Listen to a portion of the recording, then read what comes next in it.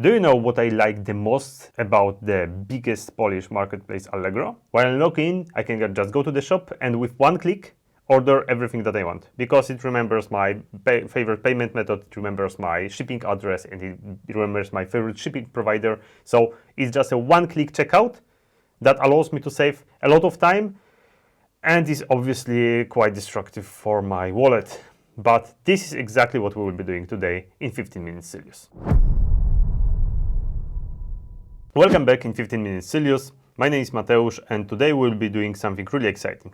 I know that I already told you that we are doing really exciting things in every episode, but that's the fact. We are doing exciting things in every episode. Deal with that. Today we will be going a little bit further from the things that we have been doing for now. So a part of this awesome brand module that we implemented in our Sylius dashboard and operations on the state machine for this brand module and the connection with the product reviews, we will finally touch something that is, I can say, essential for e-commerce, which is the cart process. And cart process, as you already know, is based on state machine. We will not be exactly talking about state machine today, but we will be using it to do some really amazing stuff.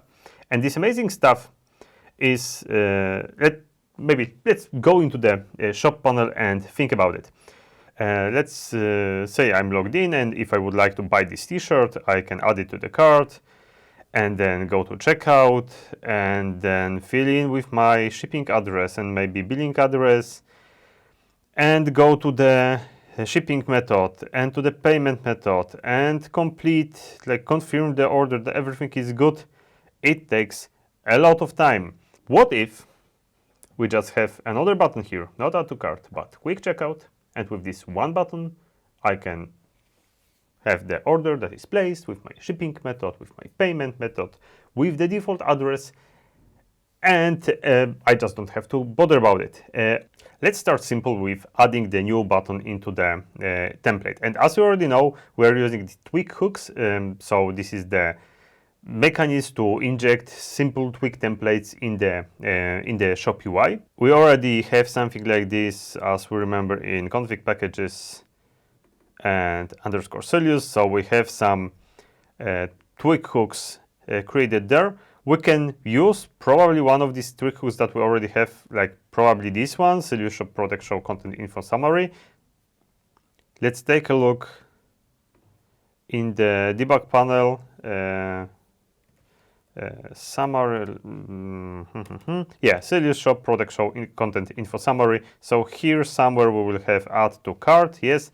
It's handled by the live component from Symfony. We will not touch this concept in this episode. Probably one of the next episodes we'll dive into that.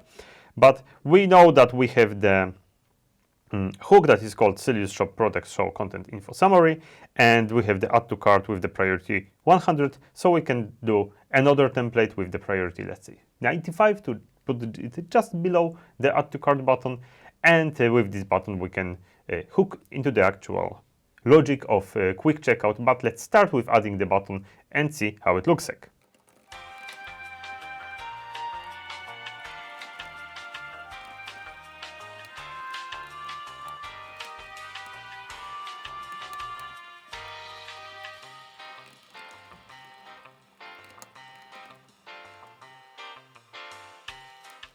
Okay, so the quick checkout button is already there. As you probably saw, I just stole it from the source of the website with clicking inspect. Obviously it's in Polish, so you don't understand what I'm clicking, but I just tell you that it's inspect.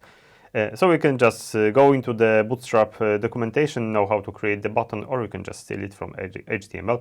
It's actually legal.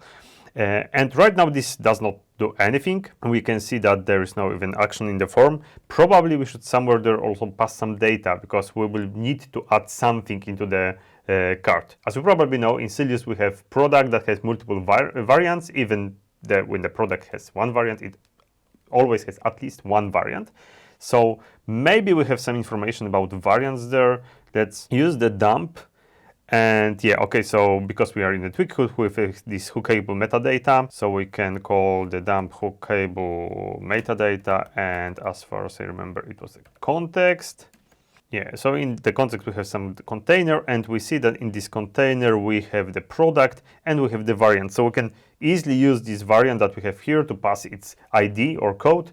Probably ID would be the safest thing, and use it later to process the cart with that. So we can just create an input with type hidden and with name variant ID and with value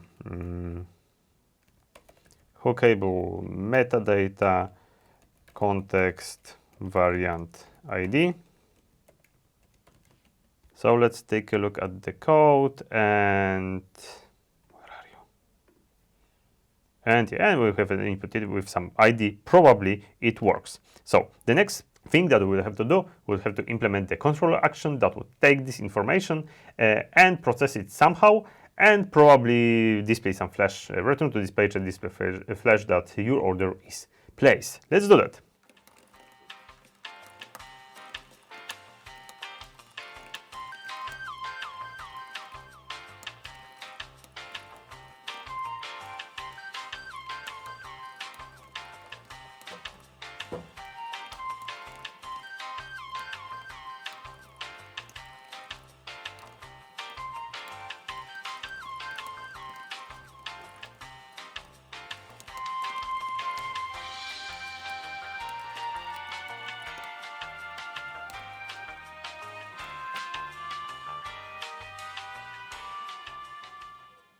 Okay, so I created a quick checkout action, and it takes the request and returns the response. So this is very simple. And by default, I know that in the request, I will have the variant ID. Obviously, one more time, it's very simple. Like, we don't use the form type. We're not using the CSRF protection. We are simplifying a lot of the things after registering it as a controller and creating the root that is called app quick checkout and putting it there. Probably after clicking the button, we should see the success flash. Obviously, it's a lie because we don't have anything placed, but we have like the fundament for what we would like to do later. And obviously right now we could probably put all the information, all the logic that we would like to implement with quick checkout here, but I strongly recommend to start thinking about the responsibilities of what we would like to do in specific classes. Controller class should be generally responsible for taking the request, getting some data out of it, putting it to the domain services, and maybe showing the flash and doing the response. That's all. So that's what controller is for. So I will instantly try to model the interface of something called order quick checkout processor, and I will use the interface for now because I would like just to do the interface. I will call it that it will have the place order method with the int variant ID and does not return anything, and that's all. And I will just pass it here, private quick checkout processor, and do a processor place order. I think we need to parse it to integer because by default it will be the string, or we can call the get integer here. So we have a scaffolding for the logic. We don't right now have to even touch the controller action anymore because it's just doing what you have to do, getting the data, putting it to the service and returning it. And all of the logic that we would like to implement will be in our quick checkout processor that we will just implement in a minute.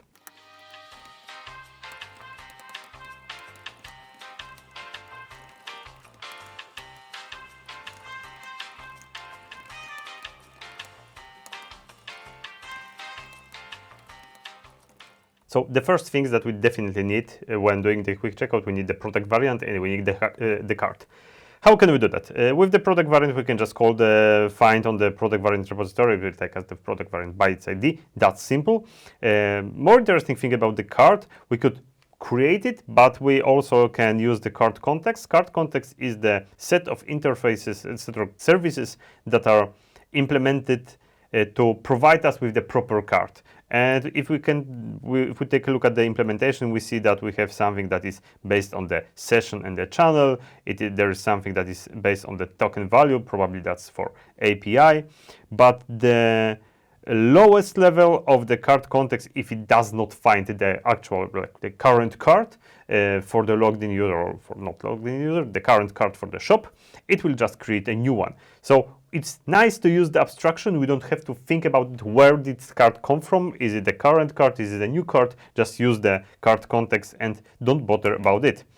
And the next thing that we need to do, we need to create the order item. Maybe you already know, maybe you don't know, but in Sylius, when you have order, we can have multiple order items. Each of these order items at simplest have the product variant and the quantity in which this product variant is bought.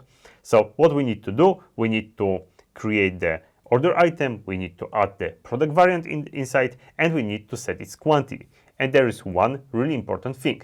Quantity cannot be set just with the set quantity. If we take a look at the order item object and look for set quantity, there is no set quantity there. Maybe in the base object set quantity, there is no set quantity there as well.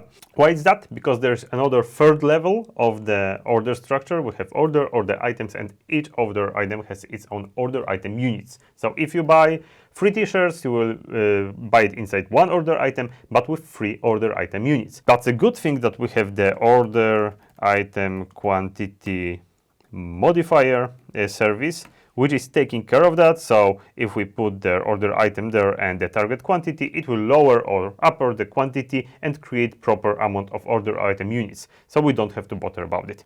So definitely we will do this. We will use the order item factory to create the order item. We will use the order modifier, another service. What it does, it can add or remove the order item from the order. It also takes care about the things like if there's order item is with the same variant as the order item that is already in the order, then it will not add a new one, but modify the quantity of the order item that is already there. You know what I'm talking about. So let's move forward and create an order item with the proper variant and proper quantity and add it to the order.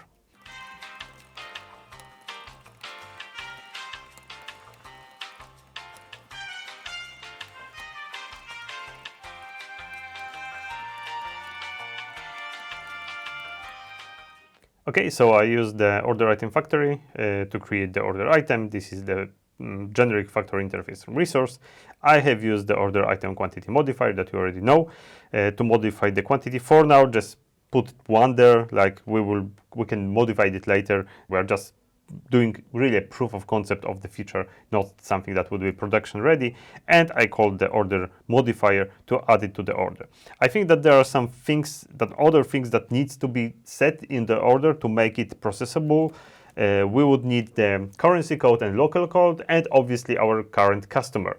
That's why it's really important to be sure that you're logged in, so we will have the current customer. We don't actually need it, but it will make it a little bit easier to do a proof of concept, because then we can also use the default address for the shipping and billing address. One more thing, remember that one of your address needs to be set as default address. So if you don't have any default address, just click set as default on one of your addresses and it will be there. So the next thing that we need to do, we need to set the currency code, local code, and the customer. And how can we do that?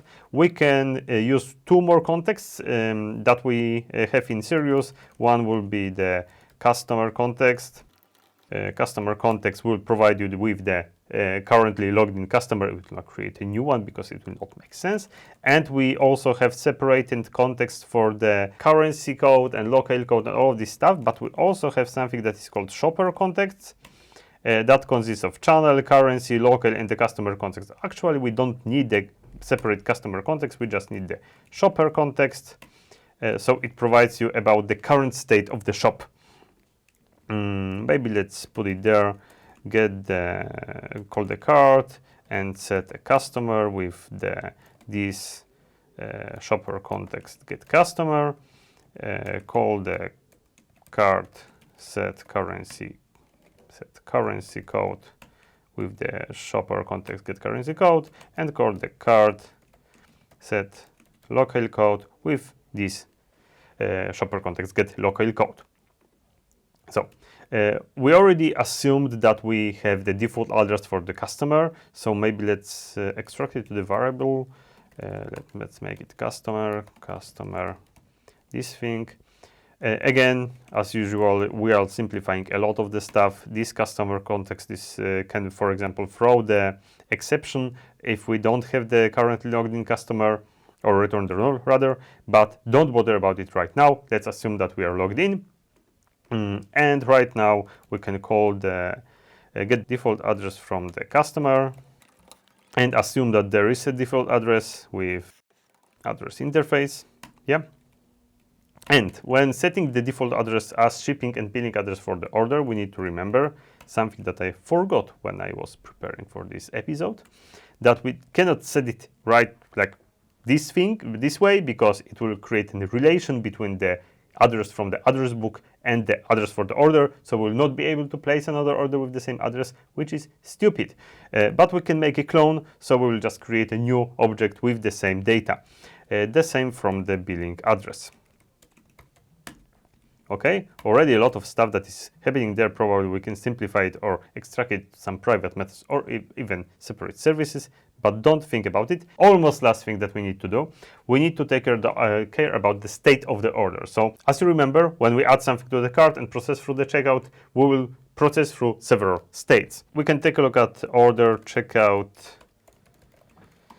transitions. We will see that there are plenty of transitions, like transition address, select payment, select shipping or complete.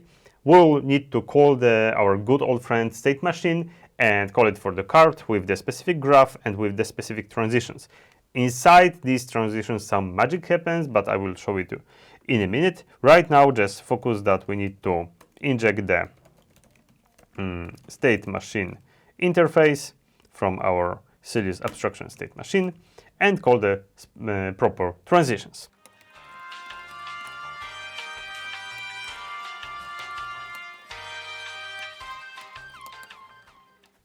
Awesome. After calling this transition, we should go through the whole order checkout state machine. Let's maybe find it. Order checkout, Sylius order checkout here. So here we have the states, and we'll go from transition order to the state addressed, and then to the state shipping selected and payment selected and completed. Right now we can think about like why we are not picking the shipping method or payment method, because like that's what we were doing in the checkout process. And the answer to this question is the set of states that are called order processors. Order processors this is the composite of the services. As you can see, here we have the priority queue. So we have billions of different order processors that are registered with the proper tag. Actually, there are not billions of them, but there are some of them.